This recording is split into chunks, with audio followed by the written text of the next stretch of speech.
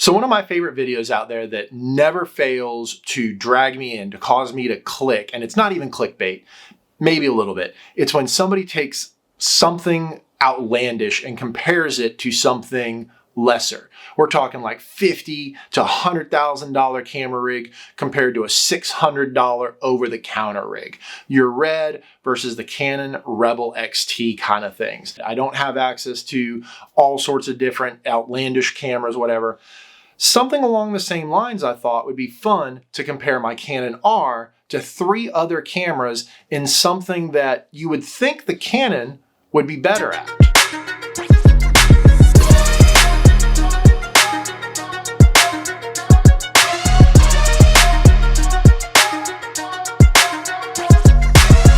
So what I wanted to do is I wanted to pit my Canon R against a Insta360 Go 2, up against a GoPro Hero 10, and put all 3 of those up against my Samsung Galaxy S9. So what I did over the span of a couple weeks is I set all 4 devices up at the exact same time and did time lapses. And it's actually kind of interesting how the 4 of them compare. And granted, you're gonna notice probably the field of view is a little different, but it was really interesting to see how all 4 compared. Now, the R, the GoPro, and the Go 2, they all did true time lapse. I may just be not very good at using my phone's camera, but I can't find an actual time-lapse feature. There's a hyperlapse, which is a little bit different. So before I show you the comparison footage, what I'm gonna do is I'm not gonna tell you which camera it is. I'm gonna do camera 1, I'm gonna take a break, watch it. I'm gonna tell you this is camera 2, watch it, camera 3, camera 4. And what I wanna do is I want you to see if you can tell the difference. Each one has 6 clips. All 6 clips are the exact same length. They're somewhere between 6 and 8 seconds. And then once I'm done doing the comparison, I will actually give you some more of the specs. So let's go ahead and get started. Here is camera number 1.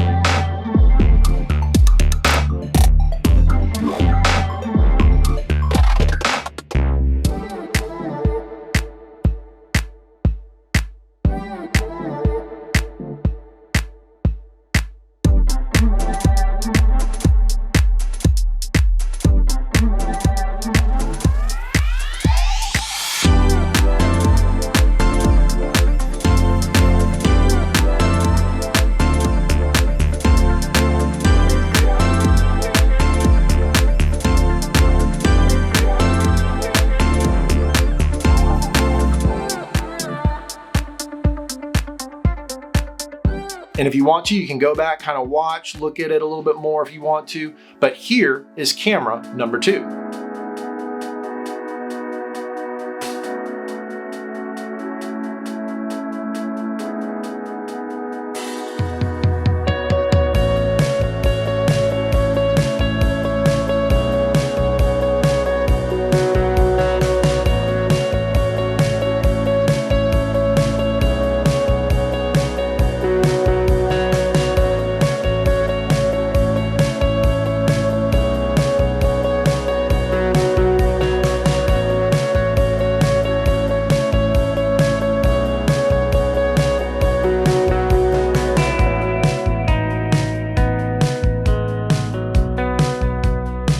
Let's go ahead and move on to camera 3.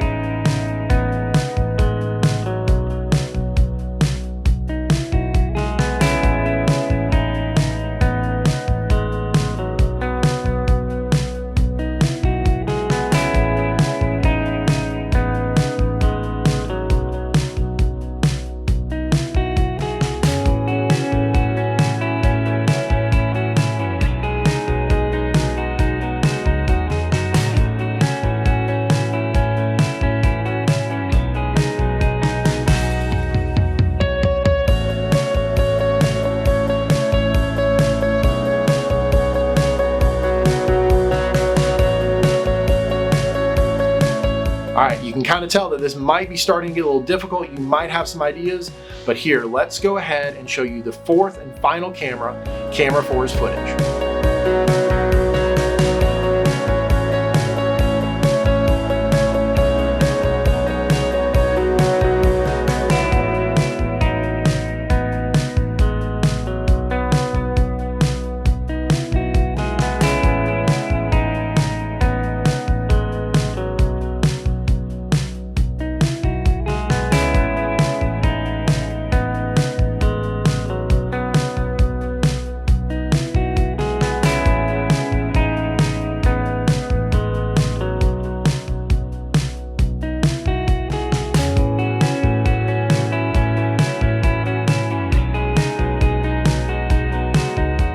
So were you able to guess correctly? Let's go ahead and find out.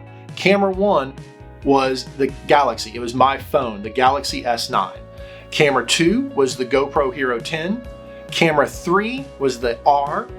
And camera 4 was the Insta360 Go 2. And so here are the settings that I used for each one. On the Samsung Galaxy S9, again, it was in 1920 by 1080 at 30 frames per second. It was in hyperlapse, so not time lapse. So I kind of feel like what it was is that it was filming and then it crunched it. It didn't really, there was no way for me to set an interval. There was no way for me to mess any of the settings outside of choosing a point to expose to. And one of the interesting things to notice was, if you noticed in the third clip from that section, you saw some overexposed parts. It was almost like something was flashing almost. I don't know what it was doing, but like I had chosen a point and it was not where any traffic went. It wasn't where a light was. I think it was over in the lower left-hand corner of the frame. And yet it still every so often overexposed itself. So that kind of was interesting to see. But outside of just telling it to do hyperlapse, you can't really set shutter speed, ISO, you can't do aperture, any of that. You are just constrained by what that camera thinks it should do. Camera 2 was the GoPro Hero 10. I filmed that at 4K, 2-second intervals in linear mode, standard bitrate. Max ISO was 400. It was at 30 frames per second. So on to camera 3, which was my Canon EOS R.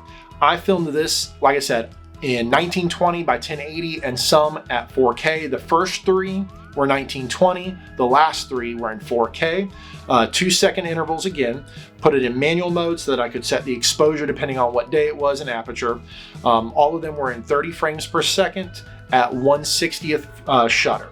So the Insta360 Go 2, it filmed at 1440 at 30 frames per second, 2-second interval in narrow mode. And you have to do everything through the app, which when I'm doing a 4-way comparison, including my phone, I had to make sure that I set the Insta360 Go 2 up, and then I was able to set my phone up, which, by the way, the battery isn't the best on this thing I've talked about. And so I have to make sure that I get everything else done. One of my favorite things about it was I was able to set it and forget it. And that's something that I'm continually reminded by people who have watched my videos and commented, is you get that big, awesome frame that goes a little over 180 and 180. So after I looked at it, I was able to readjust to find just the right frame to get what I wanted. Whereas with the Canon, the Samsung, and the GoPro, once you set it, that's what you get. Luckily with the GoPro, it was 4K, so you're able to crop if you want to, but that's really nice to be able to take that perspective and shift it a little bit either way. Which one was your favorite? Did you like the Canon better? Are you a GoPro person and you automatically just said, I love the GoPro color profile?